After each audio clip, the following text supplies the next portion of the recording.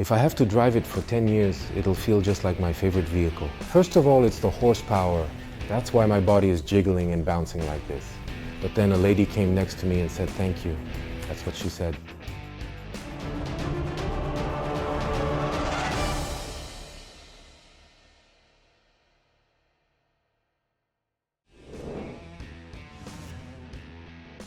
Hello, my name is Kim Dae-dong, and I am working with a low-bed trailer. Most of the equipment we load is for road construction.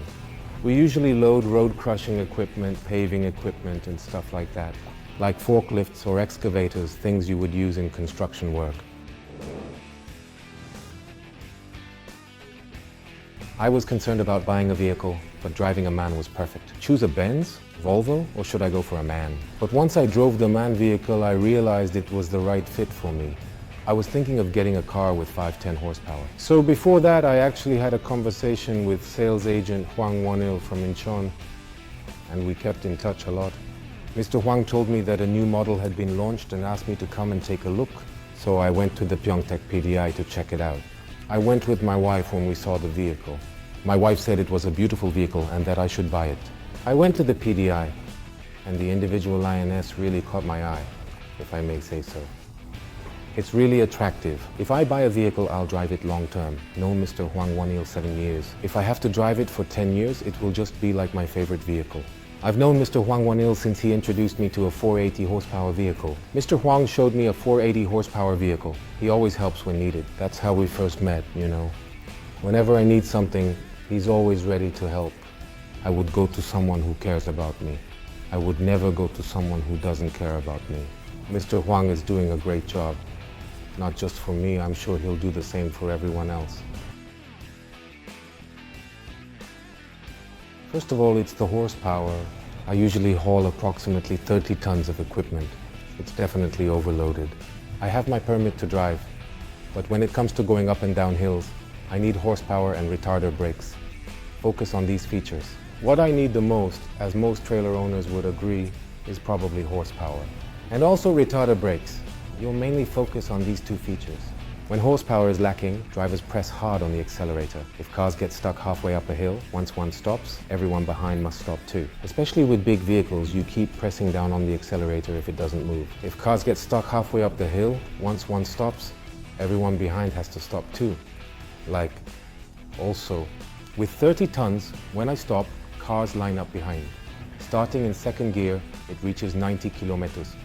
It's quick due to high horsepower and fast transmission. That moment too, just when you start going in second gear, it easily takes up to 90 kilometers. It doesn't take long because the horsepower is high. The transmission shifts quickly at that moment. I have no doubt at all about buying a man.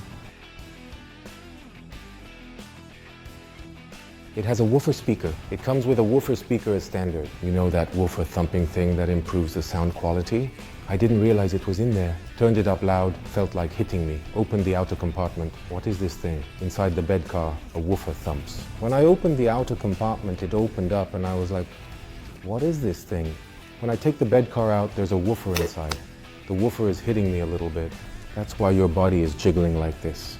It makes a thump, thump, thump. It definitely wakes you up. Now, in the summer, it's hot to ride on anything that is made of leather. This one doesn't get hot because it doesn't heat up from the sunshine on the back. It cools down right away if I use the ventilated seat. So in that regard, the individual lioness is better than leather. It makes me feel comfortable when I sweat a lot. When the AC is on, it only takes about 5 to 10 minutes because it's so well ventilated. Because it's very well ventilated. There are indeed a lot of numerous and various red points. Starting with the belt, there's a lot of red put in it and detail.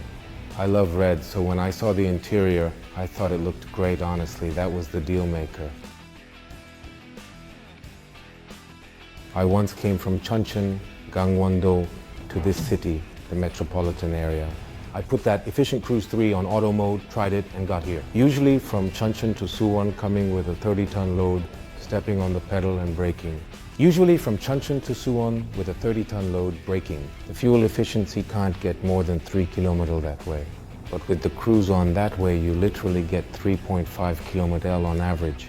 The average was 3.5, so I wondered if this is real.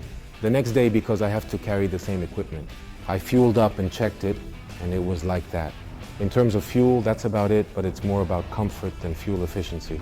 Because it's comfortable, other people would put it like this and do this. Because it's comfortable, do it this way. Like in my case, I just simply put it on auto. Just drive with my legs spread out in front like this, and I can do this with my hands. I don't need to brake. If any vehicle gets close, it'll stop by itself. If it has picked up some distance, it will automatically speed up. I wondered if it would work even in heavy traffic areas.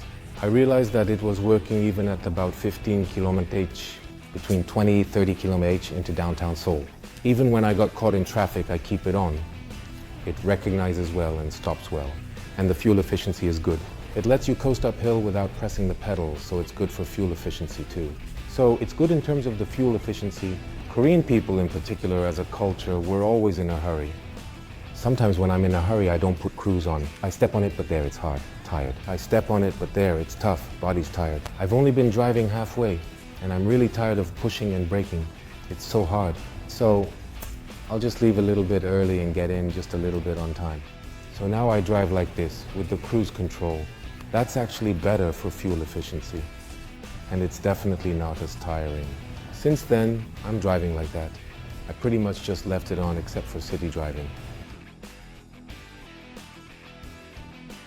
The auto high beam response has improved significantly a lot compared to the past.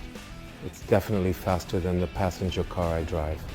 The high beam is on auto. Auto high beams, auto low beams, it's so much quicker to recognize. I keep my personal car's headlights on auto, but if my truck detects even faster than that car, then I guess it's fine to keep the high beams on most of the time. It even works intelligently and efficiently around street lights. If there's a street light, the high beam goes to low beam smartly, there's no traffic coming. It detects the light and adjusts it, so that's one thing convenient. It's also good on the highway.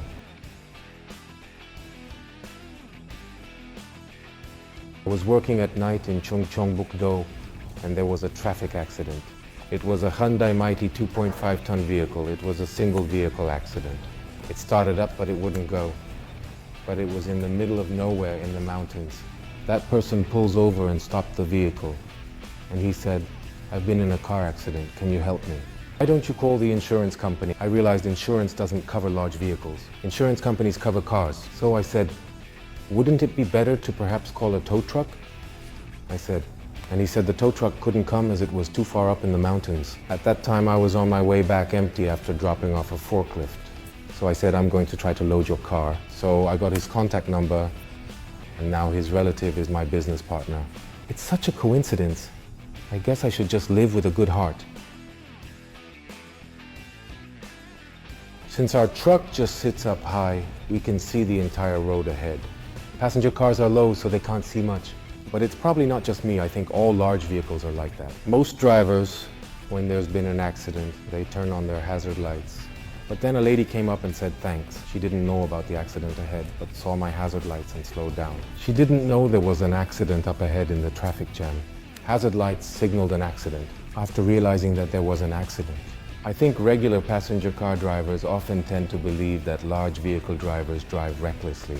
I think it would be really great if this really changed. When I'm out on the road working, I do my best to stay safe and follow the rules. So my wife is really very understanding about that, and she's incredibly supportive and always there for me.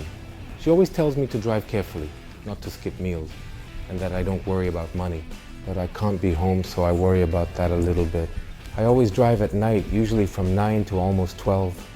I make 3-4 phone calls, and then I don't call again. My wife and kids need to sleep.